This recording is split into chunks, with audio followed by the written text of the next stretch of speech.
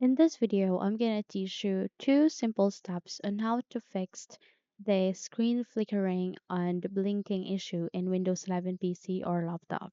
So without any further ado, let's get started. The very first step that you need to do is at the button search bar here, please type for device manager. Again, type for device manager. Once you've typed it, the best match would appear. Please click on open to continue. So in a few moments, you will be able to bring up a window which is the device manager itself, which is like this. All you need to do is you need to wait until the list of option would be available for us. And once it is being set here, please navigate to the option called display adapters. Okay, once you've set it, click on this forward arrow and select your graphics driver. Please make a right click and go with update driver. So it will opt you to choose two options and please navigate to the search automatically for drivers.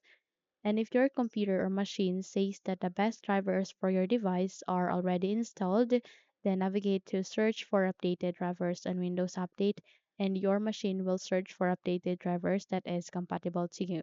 So all you need to do is you need to install that and once you've installed it, restart the computer, and once you've restarted it, check if your problem has been fixed.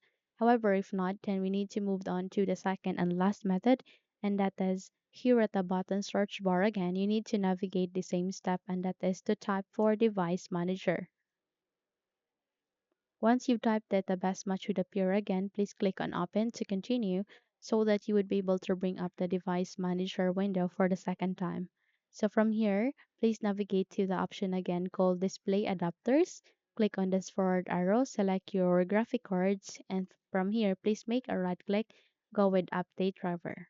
So it will opt you to choose two options again. Please navigate to browse my computer for drivers to locate and install a driver manually.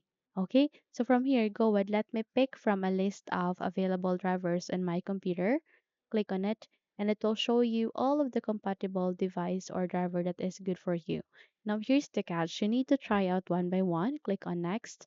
Go with the second, click on next, and install it in the computer.